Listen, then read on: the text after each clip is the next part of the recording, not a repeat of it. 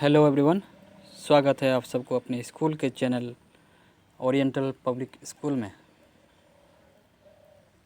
प्यारे बच्चों, आज हम क्लास 9th के बुक पार्ट के हिस्से चैप्टर 2 का खुलासा करते हैं। इससे कबल हम लोगों ने चैप्टर 1 का खुलासा अपनी ज़ुबान में किए हैं। इस मजमून में मुसन्निफ़ ने बहुत ही खूबसूरत अंदाज में जानवरों के जो खासियत हैं, जानवरों के प्रति जो इंसानों के लिए मोहब्बत है, उसको उजागर करने की कोशिश किए हैं। तो पेश नज़र नज़्म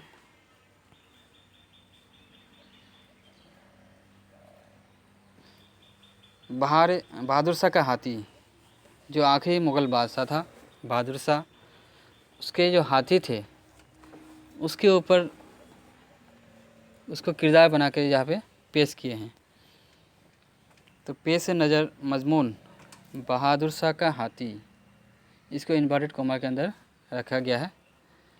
हमारी निसाबी किताब यानी हमारे जो सिलेबस में किताब शामिल की गई है जिसका नाम जान पहचान से में शामिल मीर बाकर अली दहलवी की तख्लीक है।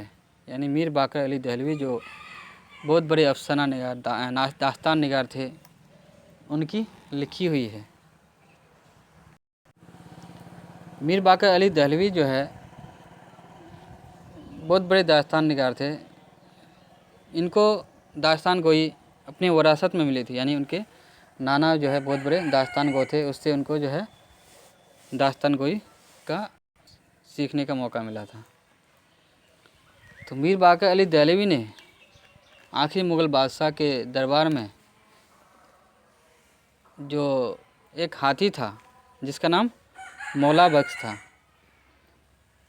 उसको बहुत ज़्यादा यानी एक सौदागर ने जो है उसके दरबार में अकबर सानी के ज़माने में लाया था।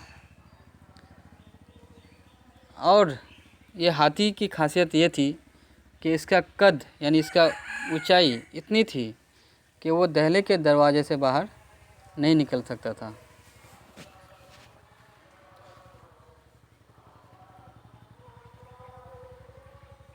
इसका कद इतना ऊंचा था कि वो दहली के जो दरवाजे थे वो किसी भी दरवाजे से बाहर नहीं जा सकता था, ना ही अंदर आ सकता था। अगर उसको बाहर जाना होता तो अपने घुटने टेक करके उसको बाहर निकलना होता था, जिससे हाथी को बहुत ज़्यादा तकलीफ़ होती थी। आखिरकार मुग़ल बादशाह बहादुर शाह ने हाथी की परेशानी को देखकर, यानी इस तरह से जब हाथी झुक के यानी घुटने टेक करके बाहर जाता फिर वापस आता, इसको देखते हुए बहादुर शाह ने जो है लाहौरी दरवाज़ा तुड़वा कर, जो लाहौरी दरवाज़ा यानी किला बना हुआ था उसको तुड़वा करके इतना ऊंचा बनवा दिया कि माँ उमारी के वो बाहर जा सके। यानी माँ उमारी से मुराद है जो बादशाह होते थे, बादशाह जब हाथी पर बैठता उससे पहले उसको सजाया जाता, तो उसी को जो है माँ उमारी कुर्सी रखा जाता था, उसके ऊपर बादशाह बैठ करके सफ़र करते थे। तो इससे और भी ज़्यादा हाथी ऊंचा हो जाता था, जिसकी वजह से जो है वो बाहर नहीं निकल सकता था हाथी। तो इतना ऊंचा बनवा दिया वो दरवाज़ा कि माँ उमारी के वो जो है बाहर जा सके।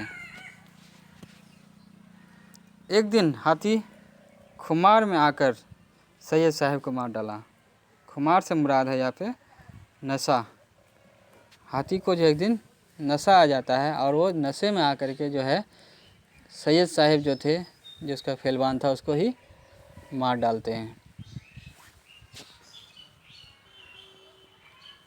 सैयद साहब की बेवा अपने मासूम बच्चे को लाकर मौला बख्श के सामने रखकर बोली, यानी सैयद साहब की जो बीवी थी उसके पास एक मासूम बच्चा 2-1.5 साल का बच्चा था, उसे ला कर के जो उस हाथी के पास रख दिए।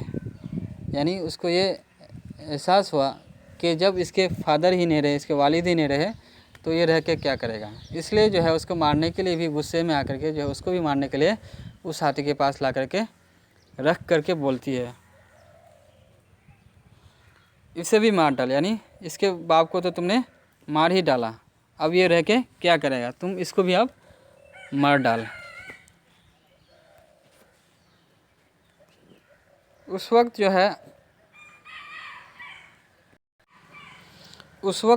मौला बख्श का नशा उतर चुका था, यानी ये जो हाथी था उस वक्त जो है मौला बख्श का नशा उतर गया था, हाथी का नशा उतर चुका था। मौला बख्श उस बच्चे को मारने के बजाय उससे दोस्ती कर ली। अब ये हाथी जो है उस बच्चे को मारना चाहिए तो उसको मारने के बजाय उसको जो है उससे दोस्ती कर लेते हैं, क्योंकि उस वक्त जो है उसका नशा था ही नहीं, नशा जो है बिल्कुल उतर चुका था।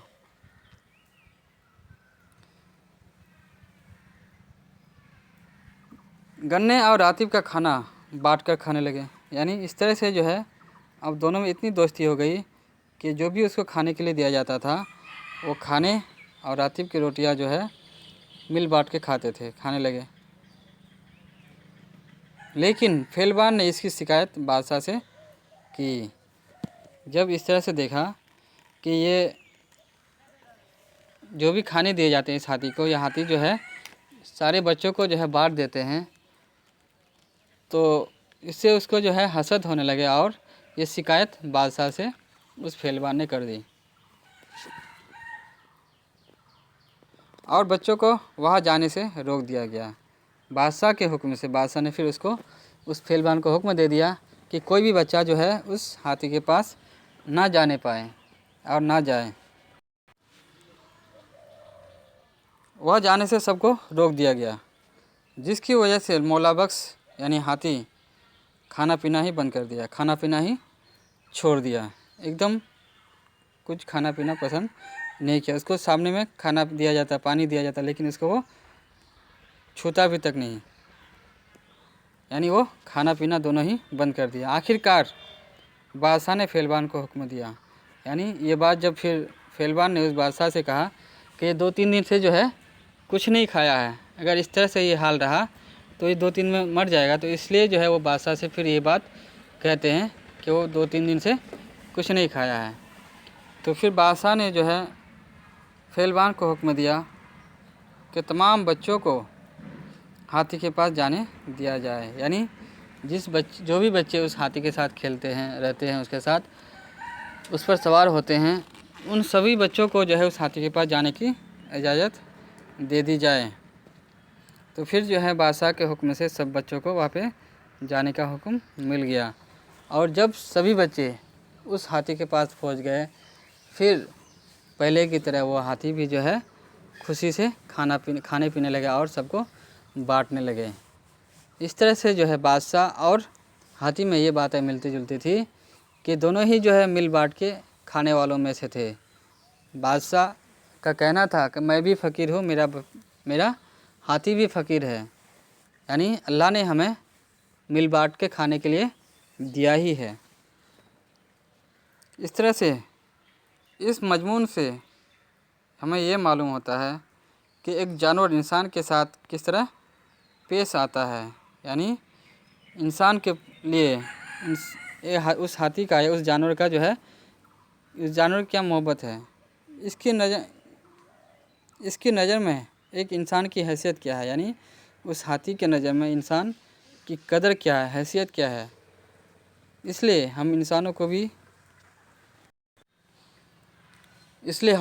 को भी चाहिए कि हम जानवरों का पूरा ख्याल रखें। इसलिए हम लोगों के लिए भी लाजमी है कि हम भी जो है जानवरों का पूरा ख्याल रखें।